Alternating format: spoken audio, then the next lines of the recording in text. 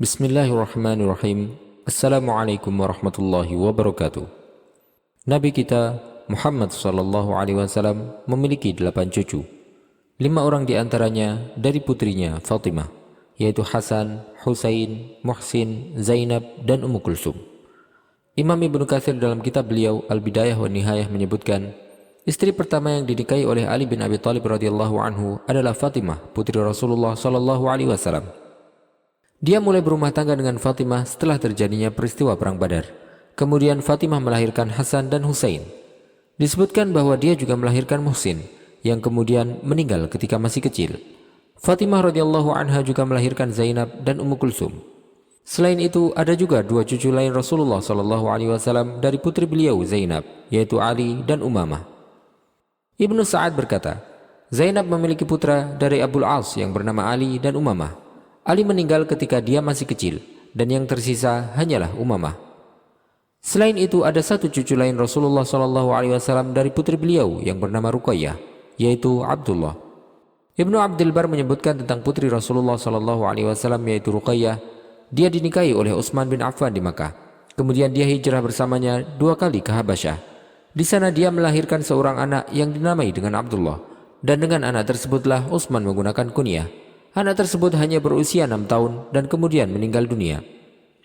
Sebagaimana yang kita ketahui bahwa Zainab putri Rasulullah SAW meninggal pada tahun ke-8 Hijriah dan meninggalkan putrinya Umamah yang saat itu masih kecil.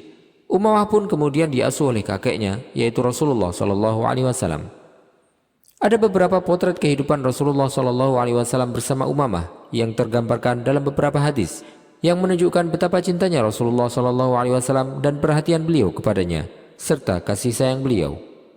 Di antaranya ada 3 peristiwa yang disebutkan dalam hadis-hadis sahih dari Rasulullah SAW. Pertama, Rasulullah SAW membawanya dan mengajaknya salat ke masjid. Rasulullah SAW terkadang keluar bersama cucu beliau, yaitu Umamah radhiyallahu anha, ke masjid.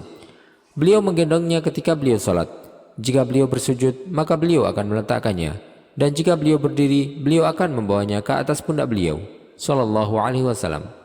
Sebagaimana yang diriwayatkan oleh Abu Qatadah Al-Ansari radhiyallahu anhu bahwasanya Rasulullah sallallahu alaihi wasallam kana yusalli wa huwa hamilun Umamah binta Zainab binti Rasulillah sallallahu alaihi wasallam li Abil As ibn Rabi'ah, fa idza sajada wada'aha wa idza qama hamalaha. Beliau salat sambil membawa Umamah putri Zainab putri Rasulullah SAW dari Abul As bin Rabi'ah.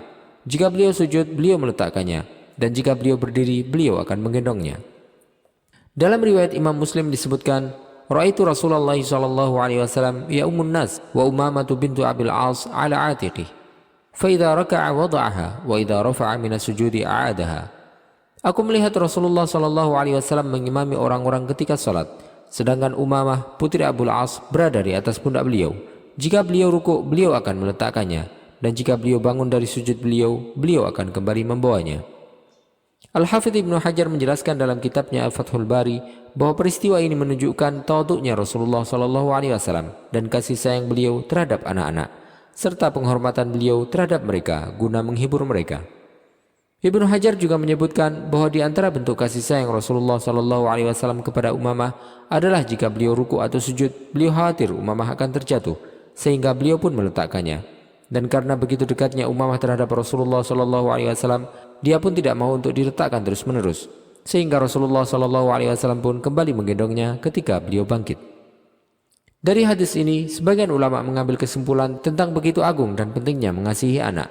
Karena dalam peristiwa itu ada 2 hal yang saling tarik-menarik, yang kedua-duanya merupakan hal yang penting. Yang pertama adalah untuk menjaga kekhusyuan dalam sholat, dan yang kedua adalah untuk menjaga perasaan anak, dan Rasulullah SAW mendahulukan yang kedua. Ada kemungkinan juga yang disebutkan oleh para ulama bahwa Rasulullah SAW melakukan hal tersebut hanya untuk menjelaskan kepada umatnya bahwa hal itu dibolehkan. Peristiwa kedua, menangisnya Rasulullah SAW ketika Umamah sakit. Umamah radhiyallahu anha pernah menderita sakit yang parah di masa hidupnya Rasulullah SAW, sebagaimana diriwayatkan oleh Usamah bin Zaid radhiyallahu anhuma, bahwa beliau berkata, ketika kami sedang bersama Rasulullah SAW, ada salah satu putri beliau yang mengirimkan utusan, meminta beliau untuk datang dan memberitahu bahwasanya bayinya sedang sekarat. Rasulullah SAW kemudian bersabda kepada utusan tersebut, "Irji' ilaiha fa akhbirha inna lillahi ma akhadh wa lahu ma a'ta wa kullu syai'in 'indahu bi ajalin musamma famurha faltasbir wal tahtasib." Pulanglah dan beritahu kepadanya bahwa milik Allah lah apapun yang dia ambil dan milik Allah lah apapun yang dia berikan.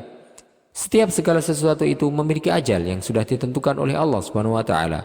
Maka suruhlah dia untuk bersabar dan mengharap pahala dari Allah Subhanahu wa taala. Utusan tersebut kemudian kembali dan berkata bahwa putri beliau bersumpah meminta beliau untuk datang. Maka Rasulullah SAW pergi bersama Sa'ad bin Ubadah dan Mu'adz bin Jabal dan berangkat bersama mereka.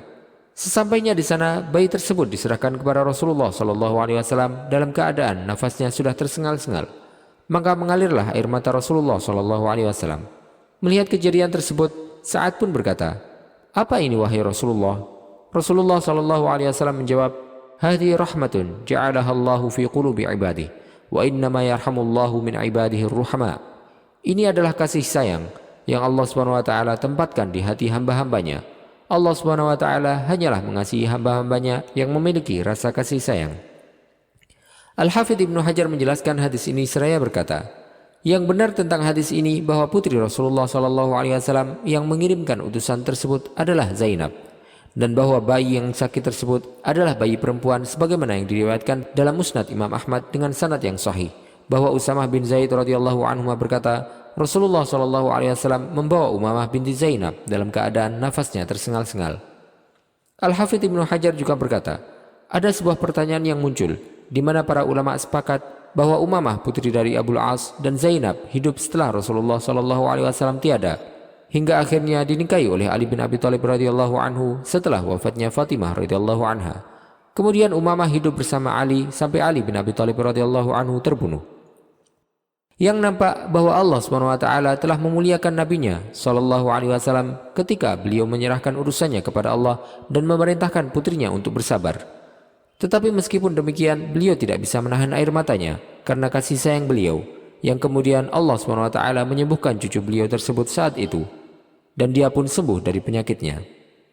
Yang ketiga, pemberian hadiah Rasulullah SAW kepada Umamah.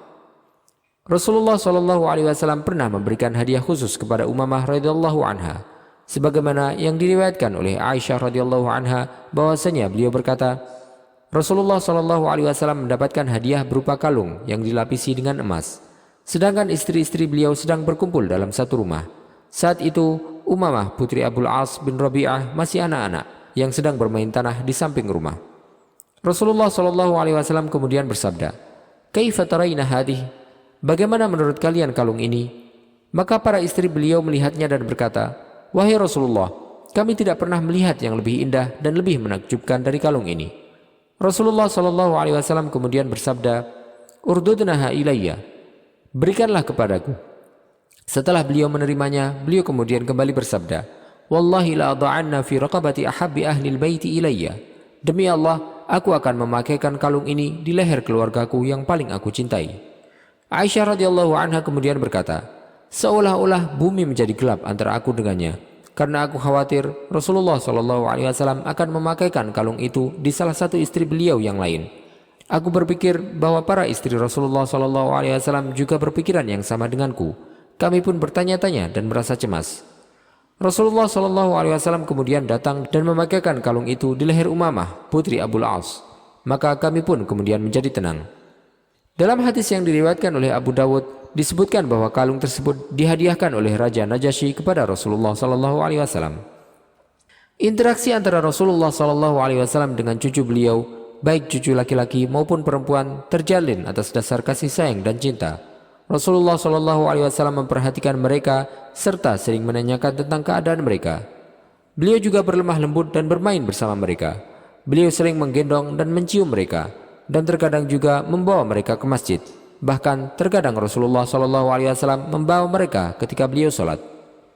Di antara contoh nyata dari hal tersebut adalah sikap beliau terhadap cucu beliau Umamah, putri dari putri beliau Zainab radhiyallahu anha. Rasulullah SAW telah memberikan teladan dan contoh yang baik bagi kita dalam berinteraksi dengan anak kecil, dalam mencintai anak-anak serta cucu-cucu beliau. Allah SWT berfirman, laqad kana lakum fi Rasulillahi uswatun hasanatun liman kana yarjullaha wal yawmal akhir wa dzakarallaha katsira. Sungguh telah ada pada diri Rasulullah itu suri teladan yang baik bagimu, yaitu bagi orang yang mengharap rahmat Allah dan kedatangan hari kiamat dan yang banyak mengingat Allah. Wallahu ta'ala alam wa sallallahu wasallam wa baraka ala sayyidina Muhammadin wa ala alihi wa sahbihi ajma'in. Jika Anda menyukai video ini, silakan klik tombol like dan juga subscribe channel ini sebagai bentuk dukungan kepada kami untuk dapat menyajikan video-video bermanfaat lainnya kepada Anda.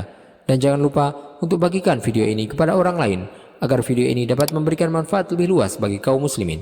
Wassalamualaikum warahmatullahi wabarakatuh.